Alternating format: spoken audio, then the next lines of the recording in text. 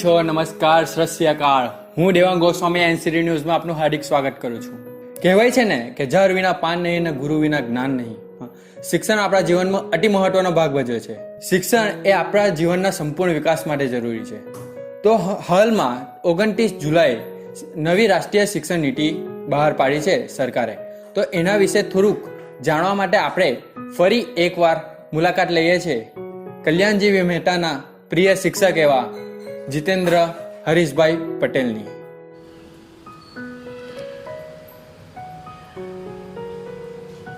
તો કેમ છો સર? બસ મજામાં. સર, પહેલા તો હું એનસીટી ન્યૂઝ તરફથી તમને આભાર વ્યક્ત કરું છું કે ફરી તમે મળવાની એક મુલાકાતની તમે અમને તક આપી.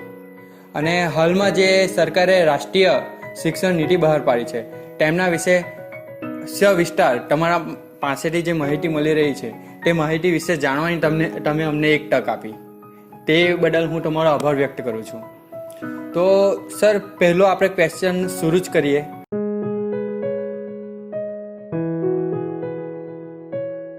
કે આ સરકારે જે રાષ્ટ્રીય શિક્ષણ નીતિ બહાર પાડી છે તે શું છે? રાષ્ટ્રીય શિક્ષણ નીતિ શું છે? હું ચોક્કસ કહેવા માંગીશ કે રાષ્ટ્રીય શિક્ષણ નીતિ એ એક પ્રકારની એજ્યુકેશન પોલિસી છે. દરેક રાષ્ટ્રમાં શિક્ષણ કઈ રીતે કરાવી શકાય, સમયની માંગ શું છે, સમયની જરૂરિયાત શું છે, વિશ્વ સ્તરે કેવા પ્રકારની જરૂરિયાત છે, એને પ્રમાણે આપણી જે શિક્ષણ પોલિસી છે કે આપણે બાળકોને કઈ રીતે ભણાવવા જોઈએ એ બધામાં દર સમયાંતરે ફેરફારો થતા હોય છે. અને આ ફેરફારો જે થતા હોય છે એ રાષ્ટ્રીય શિક્ષણ નીતિ દ્વારા નક્કી કરવામાં આવતા હોય છે.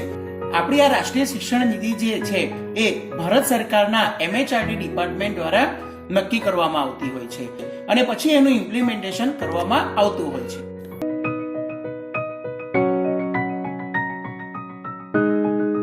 તો સર, અત્યાર સુધી ભારતમાં ક્યારે રાષ્ટ્રીય શિક્ષણ નીતિ અમલમાં આવી છે?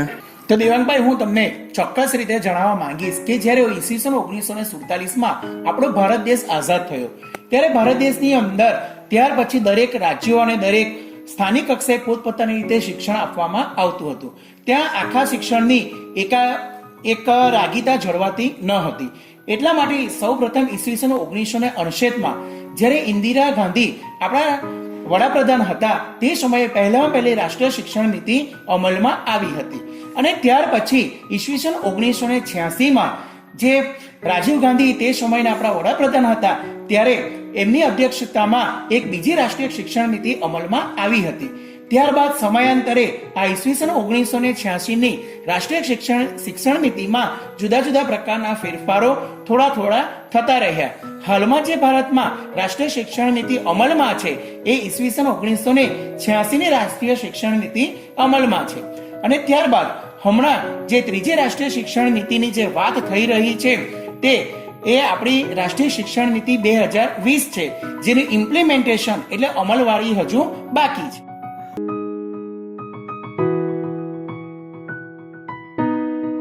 તો સર, હાલમાં કઈ રાષ્ટ્રીય શિક્ષણ નીતિ અમલમાં છે અને એ કઈ પેટર્નમાં છે? દિવાંગભાઈ, મેં તમને હમણાં કીધું તે જ રીતે હાલમાં જે રાષ્ટ્રીય શિક્ષણ નીતિ અમલમાં છે એ ઈસવીસન 1986ની રાષ્ટ્રીય શિક્ષણ નીતિ છે. આ 1986ની રાષ્ટ્રીય શિક્ષણ નીતિમાં 10+2ની પેટર્ન છે. 10+2નો અર્થ કે ધોરણ 10 સુધીનું શિક્ષણ અને +2 એટલે 11 અને 12નું શિક્ષણ. હાલની રાષ્ટ્રીય શિક્ષણ નીતિમાં 3 વર્ષની ઉંમરથી 14 વર્ષની ઉંમર સુધીનું મફત અને ફરજિયાત શિક્ષણ બાળકને આપવું એ અમલમાં છે.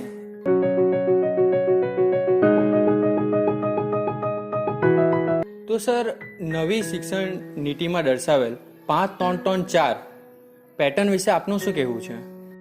દેવાંગભાઈ, આ જે નવી શિક્ષણ નીતિ છે જેમાં 5+3+3+4ની વાત કરવામાં આવી છે, બરાબર છે ને? તો આ જે વાત છે આપણે એનું અર્થઘટન દરેક જગ્યા પર અલગ અલગ કરવામાં આવે છે અને એ ઘણું બધું ભૂલ ભરેલું છે. મેં જે રાષ્ટ્રીય શિક્ષણ નીતિ વાંચી છે અને એ રાષ્ટ્રીય શિક્ષણ નીતિ પ્રમાણે એનું જે અર્થઘટન છે હું આજે સૌને ચોક્કસ જણાવવા માંગુ છું. અહીં જે 5+3+3+4ની વાત કરી છે આ માત્ર ને માત્ર શાળાકીય શિક્ષણ માટે જ છે. એમાં કોલેજની કોઈ જ વાત નથી, એ પહેલા આપણે સ્પષ્ટતા કરવી જોઈએ. અહીં પહેલો જે 5 છે અહીં ખાસ એજ ગ્રુપની વાત છે. અગાઉની શિક્ષણ નીતિ જે હાલમાં અમલમાં છે તેમાં 14 વર્ષ સુધીનું મફત અને ફરજિયાત શિક્ષણની વાત છે. નવી શિક્ષણ નીતિમાં 5+3+3+4 એ ત્રીજા 3 વર્ષના ઉંમરના બાળકથી 18 વર્ષની ઉંમરનું જે બાળક થાય ત્યાં સુધી મફત અને ફરજિયાત શિક્ષણની વાત કરવામાં આવી છે. પહેલો 5 જોઈએ તો ફર્સ્ટ 5 એટલે કે age group 3 years to 8 years એટલે 3 વર્ષના બાળકથી માંડીને 8 વર્ષના બાળકનો સમાવેશ પહેલા 5માં કરવામાં આવે છે. પહેલું જે 5 છે એને ફરીથી 2 ભાગમાં ડિવાઈડ કરીએ. 3 વર્ષ અને 2 વર્ષ એટલે 3 એટલે 3 થી 6 વર્ષની ઉંમર અને બાકીના 2 એટલે 6 થી 8 વર્ષની ઉંમર. હવે પહેલાના જે 3 વર્ષ છે બરાબર, આ પહેલાના 3 વર્ષ એ જેને આપણે બાળવાડી, આંગણવાડી, જુનિયર કેજી, સિનિયર કેજી તરીકે ઓળખીએ છીએ, એ પહેલાના 3 વર્ષ છે. અને પછીના જે 2 વર્ષ છે જેને આપણે પહેલું ધોરણ અને બીજા ધોરણ તરીકે ઓળખીએ છીએ. આ 5 વર્ષનો જે સમયગાળો છે એને આપણે ફાઉન્ડેશનલ સ્ટેજ તરીકે ઓળખીએ છીએ. આ ફાઉન્ડેશનલ સ્ટેજ એટલે પાયાનું શિક્ષણ, જેની અંદર જેની અંદર પરીક્ષણ કાર્ય કોઈ નથી, જેમાં કોઈ પરીક્ષા લેવામાં આવતી નથી, પરંતુ બાળક પોતાની રીતે એને શીખે અને પોતાના દૈનિક કાર્યોમાંથી શીખે એના ઉપર વધારે ભાર આપવામાં આવશે, જે પાયાનું શિક્ષણ ગણી શકાય છે. ત્યાર પછીના હું બીજા 3 ની વાત કરીશ. હવે પછીના 3 એટલે એજ ગ્રુપ થશે 8 to 11. 8 to 11 આ એજ ગ્રુપ થશે બરાબર. અને ધોરણ આવશે 3, 4 અને 5 એટલે ત્રીજા, ચોથા અને 5મા ધોરણ માટેનું આ શિક્ષણ થશે. આ જે સ્ટેજ છે આ સ્ટેજને પ્રેપરેટરી સ્ટેજ તરીકે ઓળખવામાં આવે છે.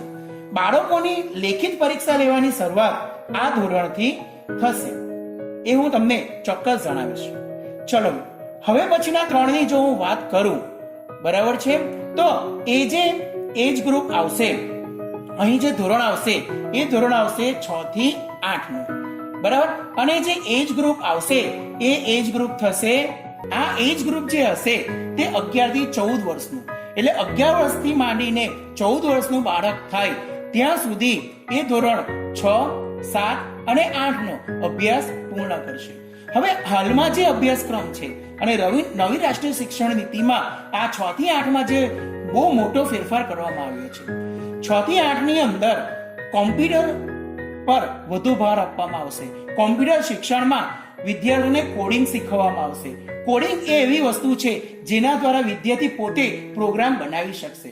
તમે જાણો છો કે બીજા દેશના જે વિદ્યાર્થીઓ છે એ 6 થી 8 ધોરણના વિદ્યાર્થીઓ પોતે કોમ્પ્યુટર કોડિંગ કરી શકે છે અને જેના દ્વારા આર્થિક નિર્ભર પણ બને છે. જેથી એ જ વસ્તુને હાલના સમયમાં આપણે અમલમાં મૂકવા જઈ રહ્યા છે. બીજી એક વાત છે કે 6 થી 8 નો જે ધોરણનું એજ્યુકેશન છે એની અંદર વિદ્યાર્થીને વોકેશનલ કોર્સ કરાવવામાં આવશે. હવે તમને એમ થશે કે વોકેશનલ કોર્સ શું છે? વોકેશનલ કોર્સ એટલે એવી વસ્તુ કે જેમાં વિદ્યાર્થી ઔપચારિક ગણિત, વિજ્ઞાન, ગુજરાતી જે સામાન્ય વિષયો છે એ સિવાય પોતાને જેમાં ઇન્ટરેસ્ટ હોય એનું શિક્ષણ એ મેળવી શકશે. એટલે કે કોઈ બાળક છે એ બાળકને પોતાને સ્પોર્ટ્સમાં ઇન્ટરેસ્ટ છે તો એ સ્પોર્ટ્સનું શિક્ષણ પણ પોતાની રીતે મેળવી શકશે. જો કોઈ બાળકને સુથારી કામમાં ઇન્ટરેસ્ટ હોય, કોઈને કુંભારી કામમાં ઇન્ટરેસ્ટ હોય, કોઈ માટી કામ કરીને પોતાને સુંદર મૂર્તિઓ બનાવી શકતું હોય, કોઈને ચિત્રકળામાં ઇન્ટરેસ્ટ હોય તો એ પોતાના ઇન્ટરેસ્ટ પ્રમાણે એ વોકેશનલ કોર્સ કરીને એને એનું શિક્ષણ આપવામાં આવશે. વળી સાથે સાથે એના જે આપણા ઔપચારિક વિષયો છે ગણિત, વિજ્ઞાન, ગુજરાતી, સામાજિક વિજ્ઞાન એનું પણ શિક્ષણ આપવામાં આવશે. હવે આ જે વોકેશનલ કોર્સ છે એ વોકેશનલ કોર્સને પણ એટલું જ મહત્વ આપવામાં આવશે જેટલું મહત્વ આપણા ઔપચારિક શિક્ષણને આપવામાં આવશે. એટલે જ્યારે ગ્રેડિંગ સિસ્ટમ થાય, માર્કિંગ સિસ્ટમ થાય ત્યારે ઔપચારિક શિક્ષણમાં જે માર્ક આપવામાં આવશે એ જ રીતે માર્ક્સ એમને આ વોકેશનલ કોર્સના પણ આપવામાં આવશે, જેથી વિદ્યાર્થી પોતાના વિષય ઇન્ટરેસ્ટ પ્રમાણે પોતાની રીતે એ આગળ વધી શકશે. બરાબર છે દેવાંગભાઈ? બરાબર છે. હવે હું આગળની વાત કરીશ કે એજ ગ્રુપ 14 થી 18 એટલે આપણો લાસ્ટ 4 એટલે કે ધોરણ 9, 10 અને 11. આ ધોરણ 9, 10 અને 11 ના જે 4 વર્ષ છે એને 8 સેમિસ્ટરમાં ડિવાઈડ કરવામાં આવેલ છે. ધોરણ 9 નું વર્ષ, પછી 10 નું વર્ષ, 10 ના વર્ષની બોર્ડની પરીક્ષા અને ત્યારબાદ 11 અને 12. હવે અત્યારની જે રાષ્ટ્રીય શિક્ષણ નીતિ 1986 છે એમાં એવું છે કે તમે ધોરણ 10 પાસ કરો પછી તમારે સ્ટ્રીમ પસંદ કરવાની આવે કે તમે સાયન્સમાં જવા માંગો છો, આર્ટ્સમાં જવા માંગો છો કે કોમર્સમાં જવા માંગો છો. જો તમે સાયન્સમાં જાઓ તો તમારે ગણિત, મેથ્સ, ફિઝિક્સ, કેમેસ્ટ્રી, બાયોલોજી આ વિષય ભણવા પડે. મેથ્સ અથવા બાયોલોજી બેમાંથી એક, કેમેસ્ટ્રી, ફિઝિક્સ ફરજિયાત, એટલે તમારે આ બધું જ ભણવું પડે. જો તમે કોમર્સ લેવો તો તમારે એકાઉન્ટ, BA, ઇકોનોમિક્સ, ઇંગ્લિશ આ બધા વિષયો ભણવા પડે. અને જો તમે આર્ટ્સ લેવો તો તમારે ભૂગોળ, અર્થશાસ્ત્ર, ઇતિહાસ આવા વિષયો સાથે ભણવું પડે છે. હવે નવી રાષ્ટ્રીય શિક્ષણ નીતિમાં એક બહુ મોટો ફેરફાર છે કે તમે 10મા ધોરણ પછી તમારે હવે વિષય સ્ટ્રીમ પસંદ કરવાની નથી. એટલે તમારે આર્ટ્સ, કોમર્સ, સાયન્સ આવી સ્ટ્રીમ પસંદ કરવાની નથી. તમારે વિષય પસંદ કરવાના છે. હવે વિષય પસંદ કરવાના એટલે કેવી રીતે? દાખલા તરીકે તમને મેથ્સમાં ઇન્ટરેસ્ટ છે તો 11મા ધોરણમાં તમે મેથ્સ રાખશો, પણ તમને મેથ્સની સાથે એકાઉન્ટમાં પણ બહુ ગમે છે તો તમે મેથ્સની સાથે એકાઉન્ટ પણ રાખી શકશો. આ બહુ મોટો ફેર છે. વળી તમને ભૂગોળમાં ઇન્ટરેસ્ટ છે તો તમે ભૂગોળ પણ રાખી શકો. એટલે તમે મેથ્સની સાથે એકાઉન્ટ, ભૂગોળ ભણી શકશો. તમે સાયન્સ રાખ્યું છે તો મેથ્સ, ફિઝિક્સ, કેમેસ્ટ્રી બધું જ ભણવું એ આ નવી રાષ્ટ્રીય શિક્ષણ નીતિમાં નથી. તમને ફિઝિક્સ જો ગમે છે તો તમે ફિઝિક્સ રાખશો, પણ ફિઝિક્સની સાથે સાથે તમને એવું લાગે છે કે મને ઇતિહાસમાં બહુ રસ છે તો તમે ઇતિહાસની સાથે સાથે ફિઝિક્સ ભણી શકશો. વળી તમને એવું લાગે મારે સાયકોલોજી પણ ભણવું છે તો તમે સાયકોલોજી પણ ભણી શકશો. એટલે હવે સ્ટ્રીમ સિલેક્શન રહેશે નહીં. એટલે સાયન્સ, કોમર્સ, આર્ટ્સ એવું નથી. હવે તમારે વિષય પસંદ કરવાના રહેશે. એટલે આ બહુ મોટો ફેરફાર નવી શિક્ષણ નીતિમાં આવે છે. અને મારી દ્રષ્ટિએ હું પર્સનલી એવું માનું છું કે આ જે ફેરફાર છે એ ખૂબ જ જરૂરી છે. નહીં તો અત્યાર સુધી એવું હતું કે મને મેથ્સ ગમે છે પણ ફિઝિક્સ ગમતું નથી તો મારે પરાણે ફિઝિક્સ ભણવું પડતું હતું, જેને પરિણામે હું મારા સારા એવા માર્ક્સ સ્કોર કરી શકતો નહીં. એટલે આ નવી રાષ્ટ્રીય શિક્ષણ નીતિમાં ઘણો મોટો ફેરફાર છે જે ખૂબ જ અગત્યનો છે મારી દ્રષ્ટિએ. બાળકનો સંપૂર્ણ વિકાસ કરી શકાય એવી નવી રાષ્ટ્રીય શિક્ષણ નીતિ છે. વળી આના માટે ઇમ્પ્લિમેન્ટેશન થાય આ જ રીતે એ પણ ખૂબ જ જરૂરી છે. તો દેવાંગભાઈ, જે આ 5+3+3+4 ની જે પેટર્ન છે એના વિશે મેં જે આપને સમજાવ્યું, આશા રાખું છું કે આપને અને વાલીને, સમાજને એને ખૂબ જ સારી સમજ પડી ગઈ હશે. તો સર, આપે જે 5-3-3-4 ની જે માહિતી આપી તે વાલીઓ અને શિક્ષણ માટે ખૂબ જ સરળ ભાષામાં આપી છે. તે બદલ આપનો ખૂબ આભાર. ને હું માનું છું કે એમને પણ આ વસ્તુ વિષય પર સારી રીતે સમજણ પડી હશે. તો આપણે સવાલોનો સિલસિલો આગળ વધારતા હજુ એક સવાલ આપને સમક્ષ રજૂ કરું છું.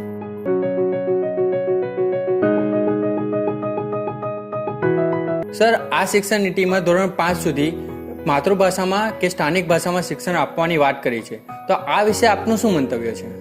દેવાંગભાઈ, હું તમને ચોક્કસ જણાવીશ.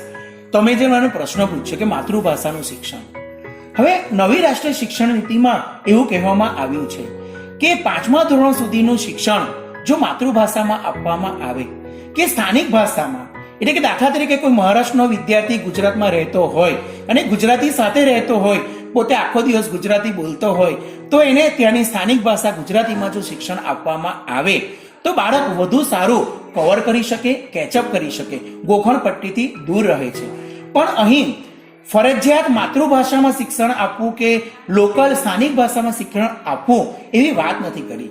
જો તમે રાષ્ટ્રીય શિક્ષણ નીતિને બરાબર ધ્યાનથી વાંચો તો એમાં લખ્યું છે કે ઇફ પોસિબલ, એટલે કે જો શક્ય હોય તો પાંચમા ધોરણ સુધીનું શિક્ષણ બાળકને પોતાની માતૃભાષામાં કે સ્થાનિક ભાષામાં આપવું જોઈએ.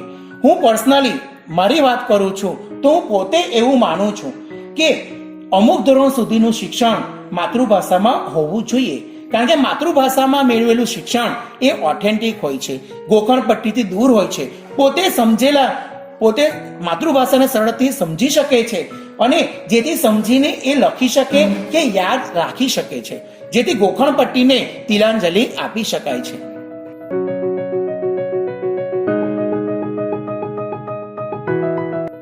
તો શું સર હવે ઇંગ્લિશ મીડિયમ શાળાઓ બંધ થઈ જશે? દેવાંગભાઈ, તમે ખૂબ જ સરસ પ્રશ્ન પૂછ્યો. દેવાંગભાઈનો પ્રશ્ન એવો હતો કે શું હવે ઇંગ્લિશ મીડિયમની કે બીજે માધ્યમની શાળાઓ બંધ થઈ જશે? તો હું અહીં ચોક્કસ જણાવવા માંગીશ કે ના, ઇંગ્લિશ મીડિયમની શાળાઓ તો બંધ નહીં જ થાય.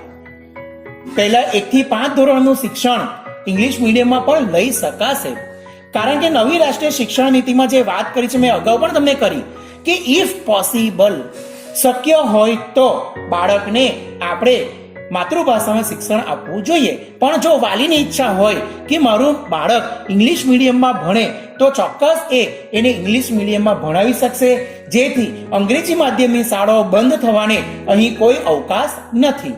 તો સર તમારા જવાબો ખૂબ માહિતીસભર હતા. સર છેલ્લો સવાલ છે